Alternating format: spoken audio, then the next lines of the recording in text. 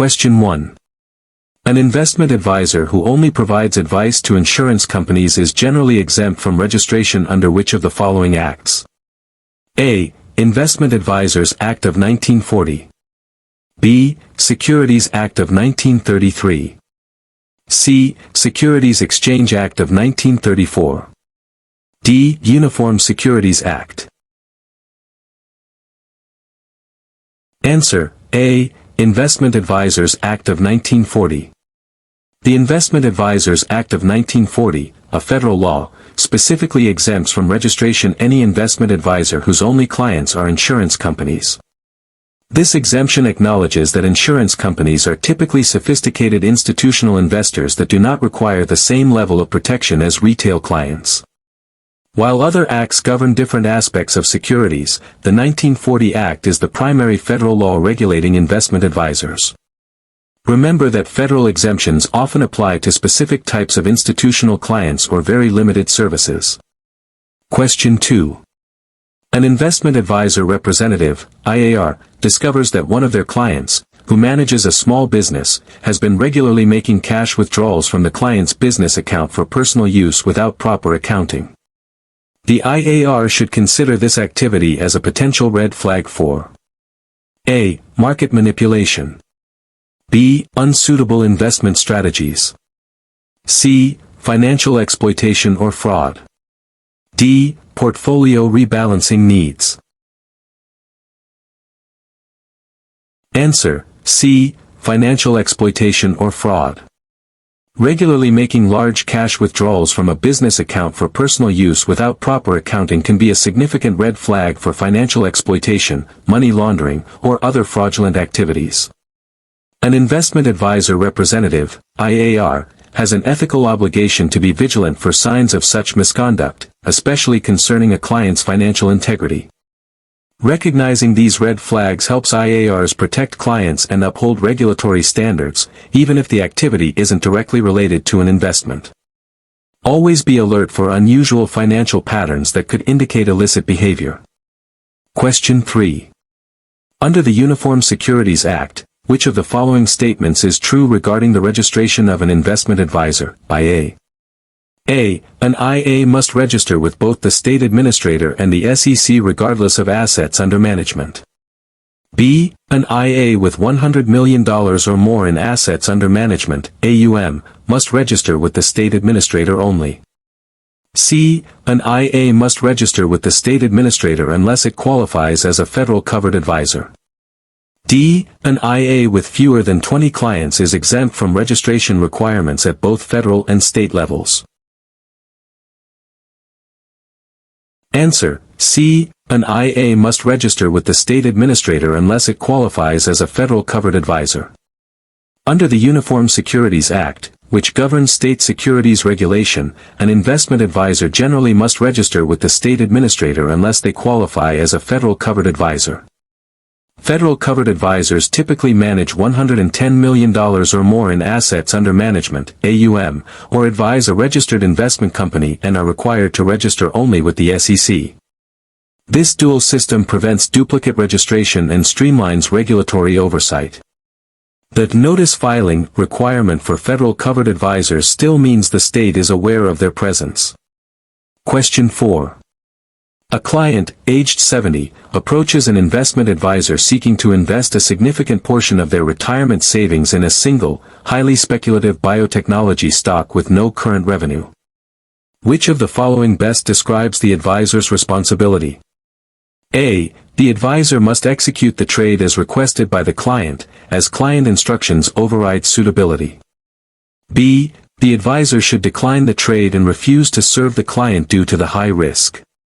C. The advisor must assess the suitability of the investment for the client based on their financial situation, investment objectives, and risk tolerance, and advise accordingly.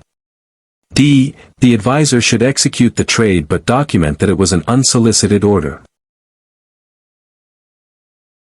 Answer: C. The advisor must assess the suitability of the investment for the client based on their financial situation, investment objectives, and risk tolerance, and advise accordingly. An investment advisor has a fiduciary duty to act in the best interest of their clients, which includes assessing the suitability of all investment recommendations.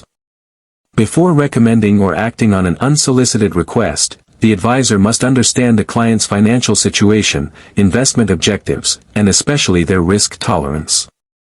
If the highly speculative biotechnology stock is unsuitable for a 70-year-old client with retirement savings, the advisor must explain the risks and recommend alternatives, even if the client insists on the trade.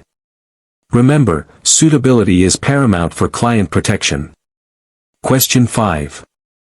Which of the following describes the risk that an investor might not be able to sell an investment quickly at a fair price? A. Purchasing power risk. B. Liquidity risk. C. Interest rate risk. D. Reinvestment risk.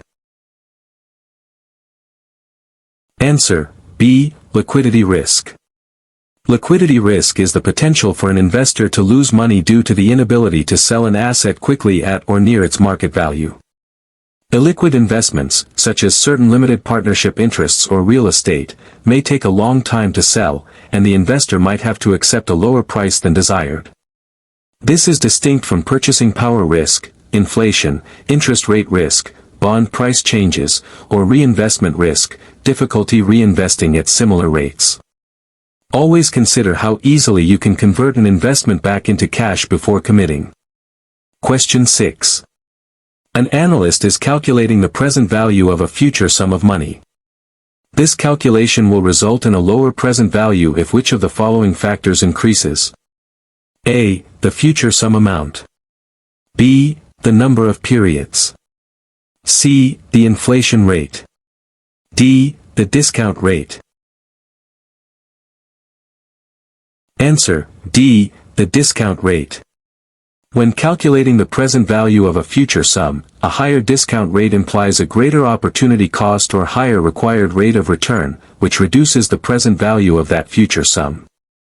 The discount rate reflects the risk and time value of money, so the more heavily future cash flows are discounted, the less they are worth today.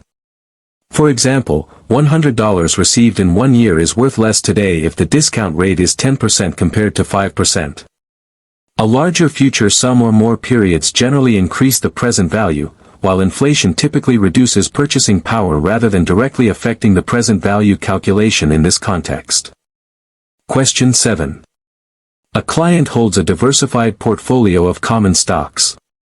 If the overall stock market experiences a significant decline, the client's portfolio value is likely to decrease due to what type of risk? A. Non-systematic risk. B. Specific risk. C. Business risk. D. Systematic risk. Answer: D. Systematic risk. Systematic risk, also known as market risk or undiversifiable risk, is the risk inherent to the entire market or market segment.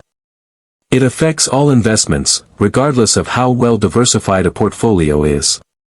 A significant decline in the overall stock market is an example of systematic risk. Non-systematic risk, specific risk, and business risk are all types of risk that can be mitigated through diversification, as they relate to a specific company or industry. Think of systematic risk as the tide that raises or lowers all boats in the harbor. Question 8.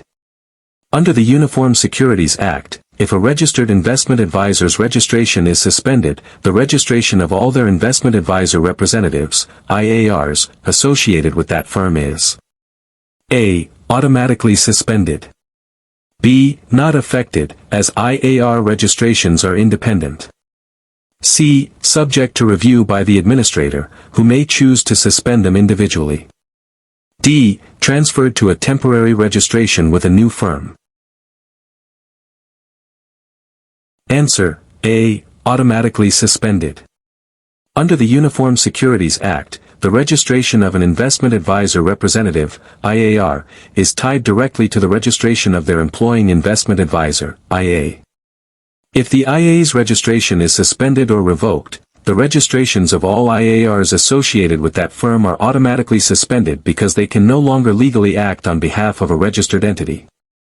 This linkage ensures proper oversight and prevents IARs from continuing to operate under a firm that has lost its privilege to conduct business. Remember, an IAR cannot function independently without an appropriately registered IA. Question 9.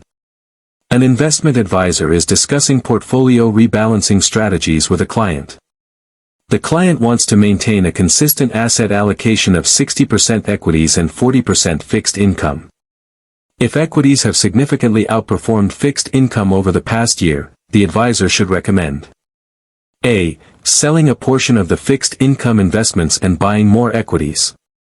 B. Selling a portion of the equities and buying more fixed income investments. C. Holding the current allocation and waiting for the market to correct itself. D. Increasing the allocation to the best performing asset class. Answer: B. Selling a portion of the equities and buying more fixed income investments. Portfolio rebalancing is the process of adjusting a portfolio's asset allocation back to its target weights. If equities have significantly outperformed, their percentage within the portfolio will have grown beyond the target 60%. To return to the desired 60-40 allocation, the advisor should recommend selling some of the now overweight equities and using those proceeds to buy more of the underweight fixed income investments. This disciplined approach helps manage risk and ensures the portfolio aligns with the client's original investment strategy. Rebalancing is like trimming your hedges to keep them neat and aligned with your desired shape. Question 10.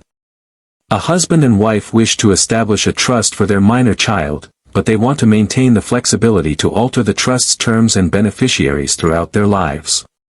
Which type of trust would best suit their needs? A. Irrevocable trust. B. Testamentary trust. C. Spendthrift trust. D. Revocable trust. Answer: D. Revocable trust. A revocable trust allows the grantor, the person who establishes the trust, to modify, amend, or terminate the trust during their lifetime. This flexibility means the husband and wife can change beneficiaries, adjust asset distribution rules, or even reclaim assets if their circumstances change. In contrast, an irrevocable trust generally cannot be changed once established. A testamentary trust is created by a will and only takes effect upon death, and a spendthrift trust protects assets from creditors but doesn't inherently offer flexibility to the grantor. Think of a revocable trust as a living document that can evolve with your family's needs. Question 11. Which of the following is considered a current liability on a company's balance sheet? A. Accounts receivable. B. Bonds payable, due in 5 years. C. Wages payable. D. Buildings. Answer: C. Wages payable. A current liability represents an obligation that is due within 1 year. Wages payable refers to money owed to employees for work performed but not yet paid, which is typically due in the short term. Accounts receivable is a current asset, money owed to the company, while bonds payable due in 5 years and buildings are long-term liabilities and assets, respectively. Understanding these distinctions is key to analyzing a company's short-term financial health. Question 12. A client has an investment goal of funding their grandchild's college education, which is 15 years away. They are comfortable with moderate risk. Which of the following investment vehicles would generally be considered least suitable for a significant portion of this objective? A. A diversified portfolio of large-cap growth stocks. B. A 529 college savings plan invested primarily in equity mutual funds. C. Certificates of deposit, CDs, with maturities of 1 to 3 years. D. A diversified portfolio of balanced mutual funds. Answer: C. Certificates of deposit, CDs, with maturities of 1 to 3 years. For a long-term goal like college education 15 years away, certificates of deposit, CDs, with short maturities, 1 to 3 years, would be considered least suitable due to their low potential for capital appreciation and susceptibility to reinvestment risk. While CDs are very safe, their low returns may not keep pace with inflation or provide the necessary growth for a long-term objective.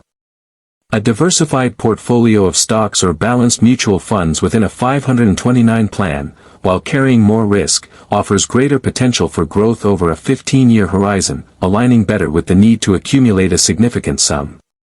Over longer periods, moderate risk can be rewarded with higher returns. Question 13. An investment advisor learns that a publicly traded company, for which they regularly provide advice, is about to announce significantly lower than expected earnings. The advisor uses this non-public information to sell their personal holdings in the company's stock before the announcement. This action is a violation of which of the following? A. Market timing rules. B. Insider trading prohibitions. C. Churning regulations.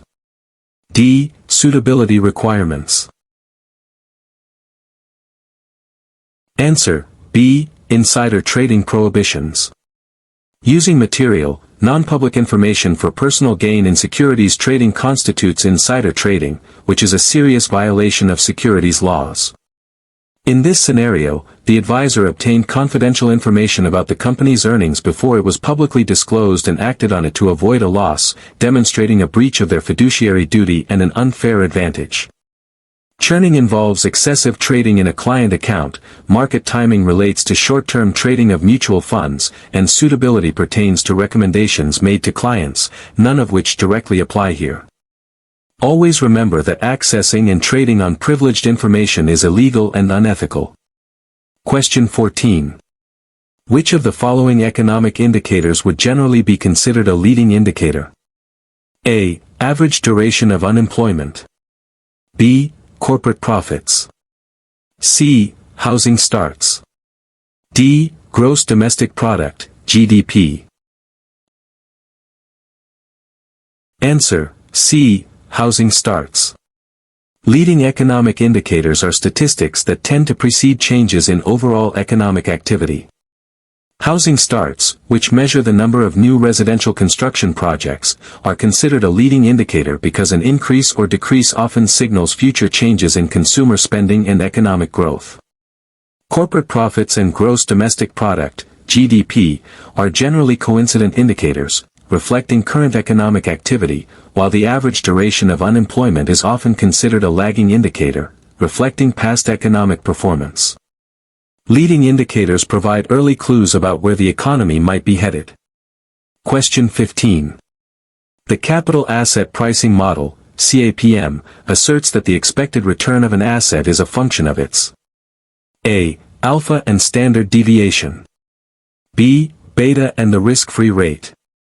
C. Trainer ratio and Jensen's alpha.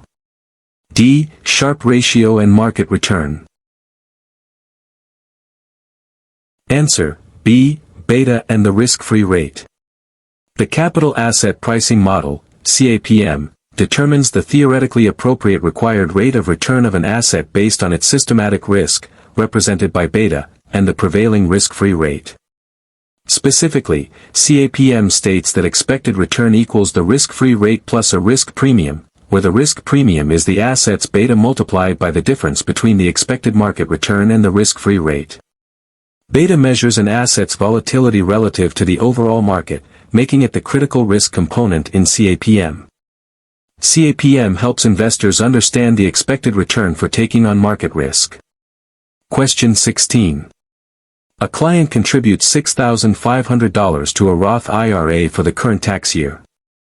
Which of the following statements regarding this contribution is true? A. The contribution is tax-deductible in the current year.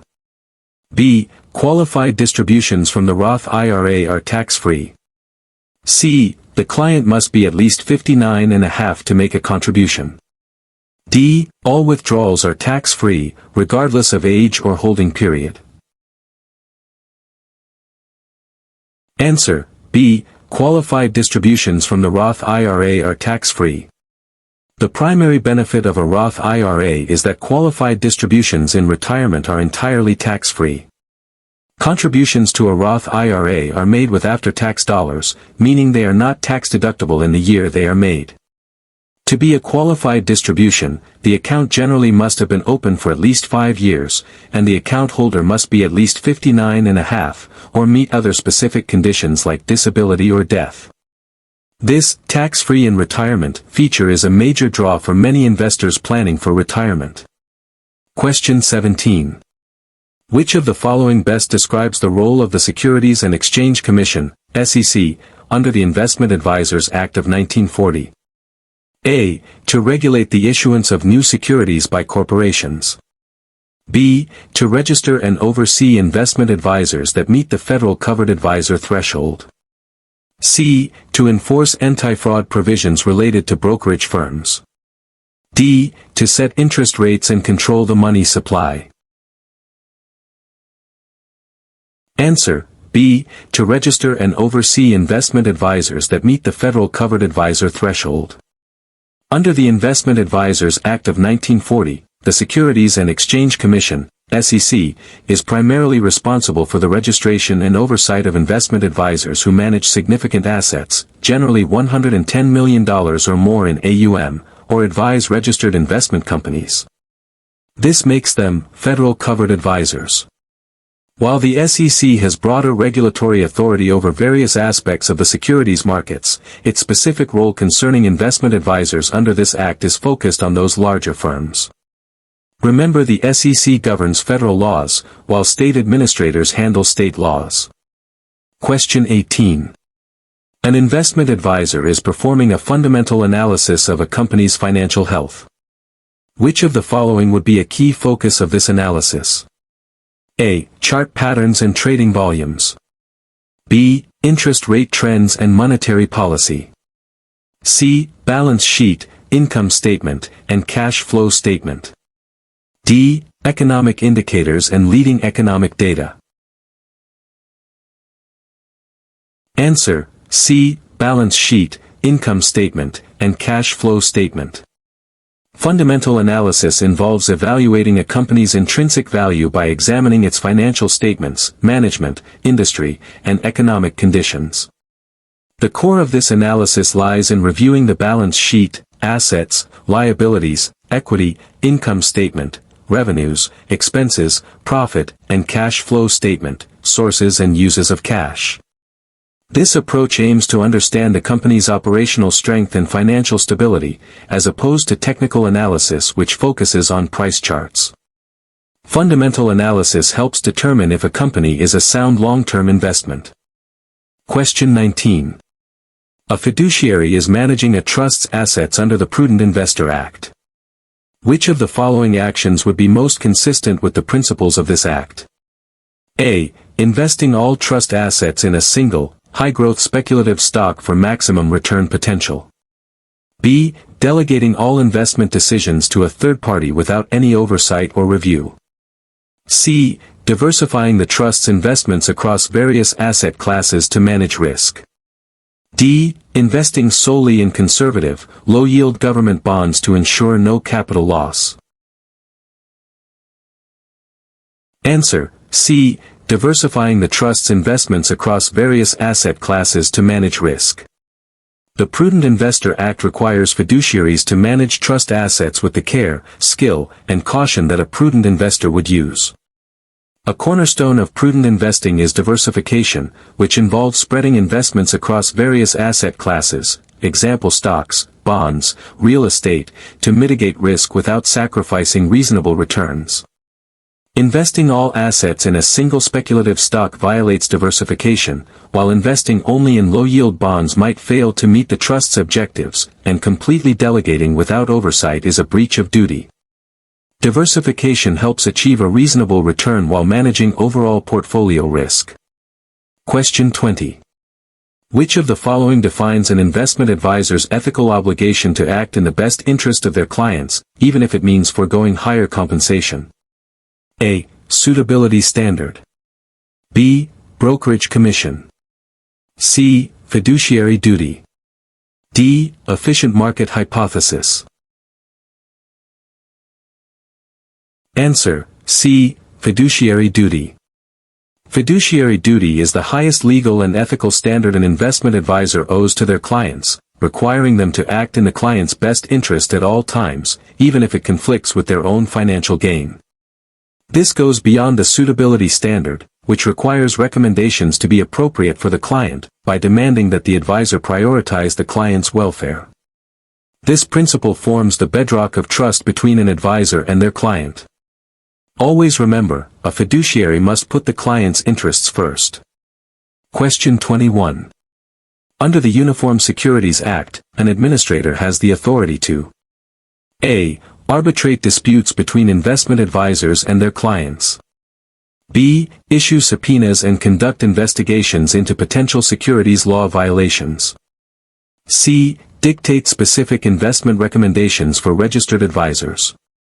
D. Override federal securities laws when they conflict with state regulations.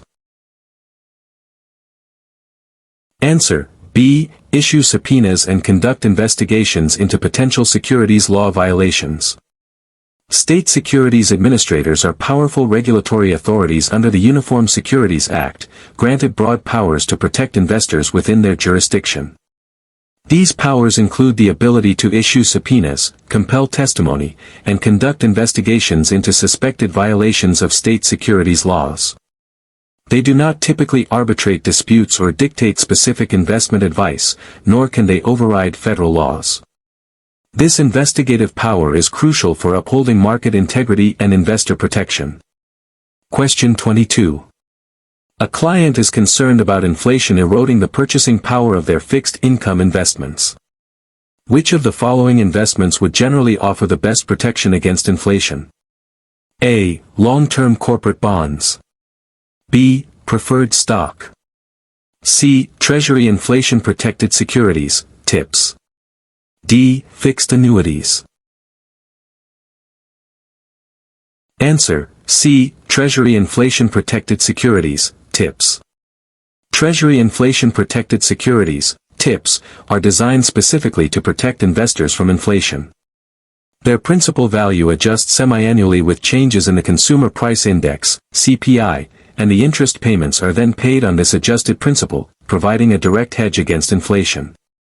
Long-term corporate bonds, preferred stock, and fixed annuities generally offer fixed payments that do not adjust for inflation, thus their purchasing power diminishes as inflation rises. TIPS offer a unique safeguard against the silent killer of purchasing power. Question 23. An investment advisor recommends to a client that they sell a mutual fund to purchase another mutual fund with a similar investment objective and risk profile, primarily because the new fund pays a higher commission to the advisor. This practice is most likely a violation of A. Market manipulation. B. Churning. C. Front-running. D. Breakpoint sales. Answer: B. Churning. Churning refers to excessive trading in a client's account primarily to generate commissions for the advisor or broker, with little or no benefit to the client. Recommending the sale of one mutual fund to buy another with similar characteristics, specifically for a higher commission, directly aligns with the definition of churning as it serves the advisor's interest over the client's. Market manipulation involves artificial price setting, front-running is trading ahead of client orders, and breakpoint sales involve failing to offer commission discounts. Advisors have a fiduciary duty to avoid such self-serving practices. Question 24. Which of the following risk management techniques aims to reduce unsystematic risk in a portfolio? A. Asset allocation. B. Hedging with derivatives. C. Diversification. D. Short selling. Answer: C. Diversification. Diversification is the primary risk management technique used to reduce unsystematic risk, also known as specific risk or company-specific risk. By investing in a variety of assets that are not perfectly correlated, an investor can minimize the impact of poor performance from any single investment. While asset allocation and hedging can manage overall portfolio risk, diversification directly targets the risk unique to individual securities or industries. Think of diversification as not putting all your eggs in one basket. Question 25. Under the Investment Company Act of 1940, which of the following best describes an open-end management investment company, mutual fund? A. It has a fixed number of shares that trade on an exchange. B. It issues redeemable shares and continuously offers new shares. C. It primarily invests in real estate and is not publicly traded. D. It limits the number of shareholders to 100 and cannot offer shares publicly. Answer: B. It issues redeemable shares and continuously offers new shares. An open-end management investment company, commonly known as a mutual fund, is characterized by its continuous offering of new shares and the redeemability of its shares. This means investors can buy new shares directly from the fund at the net asset value, NAV, and sell them back to the fund at NAV, making it open-ended in terms of share count. In contrast, a closed-end fund has a fixed number of shares that trade on an exchange like regular stocks. Understanding these differences is fundamental to distinguishing between common investment company structures.